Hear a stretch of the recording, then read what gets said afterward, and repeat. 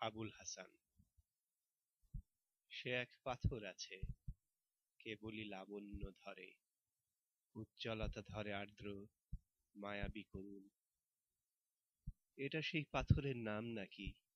এটা তাই? এটা কি পাথর নাকি কোনো নদী, উপগ্রহ, কোনো রাজা?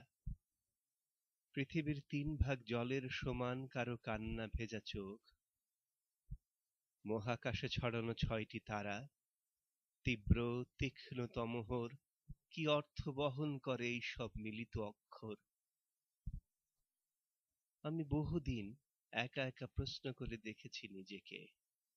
যারা খুব হৃদয়ের কাছাকাছি থাকে, যারা এই ঘরে ও ঘরে যায়, সময়ের সাহসী সন্তান যারা, সভ্যতার সুন্দর প্রহরী, তারা কেউ কেউ বলেছে আমাকে, এটা তোর জন্মদাতা জনকের জীবনের রুগ্ন রূপান্তর, একটি নামের মধ্যে নিজের বিস্তার ধরে রাখা, তুই যার অনিচ্ছুক দাস।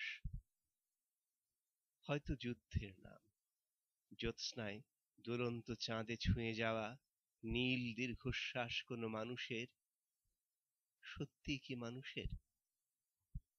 তবে কি সে মানুষের সাথে সম্পর্কিত ছিল কোনোদিন? ভালোবেসেছিল সেও যুবতীর বাম হাতে ৫টি আঙুল, ভালোবেসেছিল ফুল, মোমবাতি, শিরস্ত্রাণ, আলোর স্কুল।